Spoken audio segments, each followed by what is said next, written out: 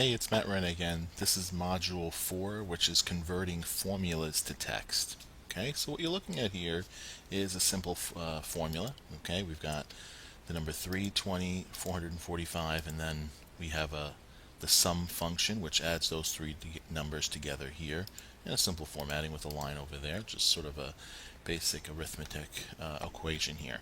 But what you can see is embedded in each of these numbers are formulas. Okay, so instead of it just being a plain 3, you can see up here it's 2 plus 1.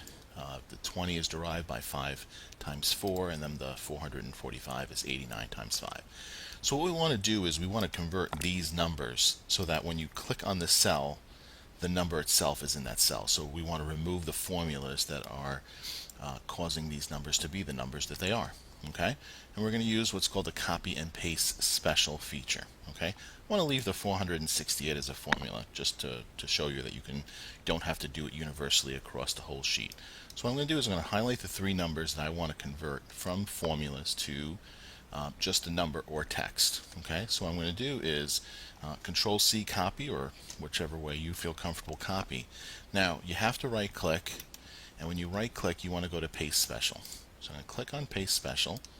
Okay, and then you can see you have a number of different options here. So what I want to do is I want to paste what I copied on top of itself, but I want to copy the values and the number formats. Okay, so what I'm saying is don't copy exactly what I just copied on top of itself, but copy the value and the formatting. I like to do the value and formatting. You can select just values if you want to, but select value and number formats and hit OK.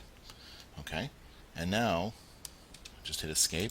You can see when I click in each of the fields, the 2 plus 1 has now become a 3, and the formulas for each of those three have caused it to become a number. Alright, so that's the way to convert a formula to a sort of the number that represents. I'm going to go back to the combined data. Remember when we did this in Module 2? Okay, we wrote this formula. You can see it's right there.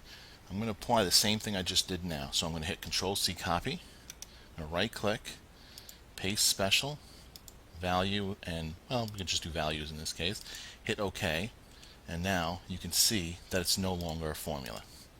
And oftentimes, especially when you're working with text, and then you have to move the text or you're getting rid of your original data, you want to make sure that you convert this to the value that it actually is. Alright, so that's a pretty simple feature on how to use that.